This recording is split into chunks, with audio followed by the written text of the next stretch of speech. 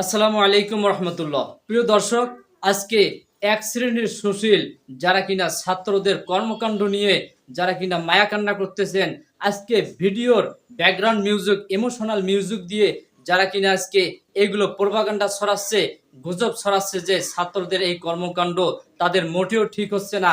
এই সমস্ত লোকদের যারা কিনা বলতেছে ছাত্রদের চোখে আঙ্গুল দিয়ে আজকে দেখিয়ে দেব।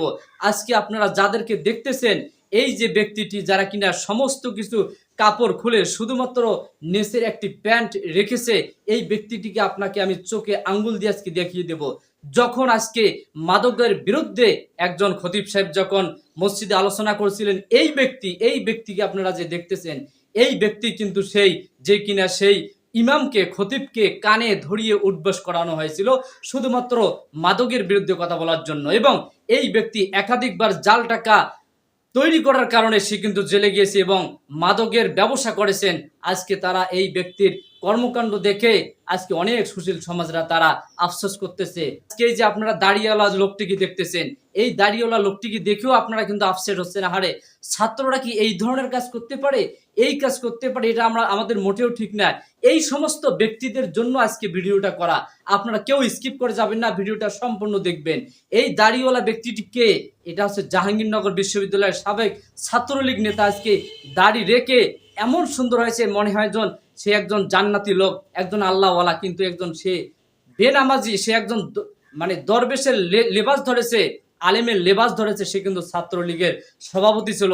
আপনারা শোনেন নাই যে জাহাঙ্গীরনগর বিশ্ববিদ্যালয়ের সেঞ্চুরি করেছেন ধর্ষণে যে সেঞ্চুরি করেছেন, এই দাড়িওয়ালাই দরবেশের ছত্র ছায়ায় সে কিন্তু সেঞ্চুরি করেছেন।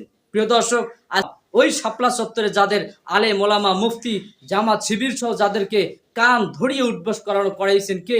এই সমস্ত ব্যক্তিরা সহ ঊর্ধ্বতম কর্মকর্তারা কান ধরে উঠবস করেছেন। কই তাদের তো সেই সুশীল সমাজ দেখলাম না, তাদেরকে তো সেই কথা বলা দেখলাম না। তারা কই সেই সময় ইমোশনাল হয়ে পড়েছিলেন ছাত্রদের আজকে কার্যকলাপ দেখে যারা কিনা আজকে করতেছেন? তখন তো তাদেরকে দেখা হয়নি, তাদেরকে তো তখন কোথাও দেখি নেই আফসোস করার মতো। এবং যখন বাইতুল মোকাররম মসজিদে যখন এই আল্লাহ রসুলের সুন্নত নবীর দাড়িকে ছিঁড়া হয়েছে, নবীর দাড়ি ধরে টান দেওয়া হয়েছে, অসম্মানিত করা হয়েছে, কই তাদেরকে এই সুশীলকে তো দেখা হয় নাই। তাদেরকেও আজকে আওয়ামী, এই সুশীল যারা আছে, আওয়ামী যারা নাগরিক আছে, তাদেরকে তো আমরা দেখি নাই। প্রিয় দর্শক, এই সমস্ত লোকদের থেকে সাবধান হবেন।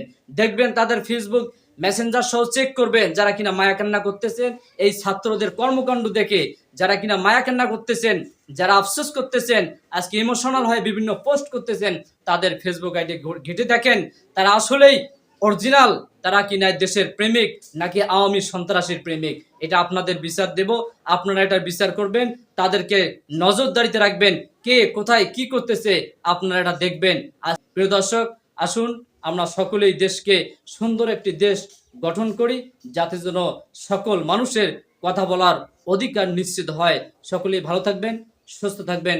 আসসালামু আলাইকুম ওয়া রাহমাতুল্লাহি ওয়া বারাকাতুহু।